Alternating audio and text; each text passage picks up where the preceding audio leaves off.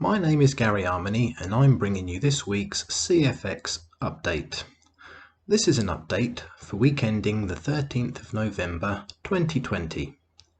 The week's trading returns achieved for the week ending the 13th of November 2020 was 5.67%. As you can see in the image, if you are a new member and have started on the 300 pack, then you would have received $11.91. If, however, you have managed to progress right the way up to the 100k pack, then you would have received $3,969. Remember, this is a weekly passive return, a return achieved for you by professional traders. You can see all the returns achieved for all the other packs in between by just looking down the list for the pack you are on.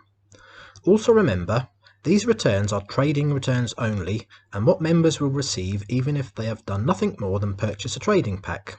So these returns will apply to all members of CFX, both passive and active members. If on the other hand, you are an active member, then you will also be earning all the other bonuses and commissions from your team and matrix.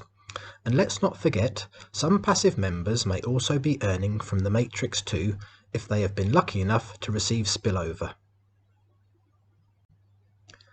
In the description section below, you will find a link to the latest corporate webinars, which will give you an overview of this business.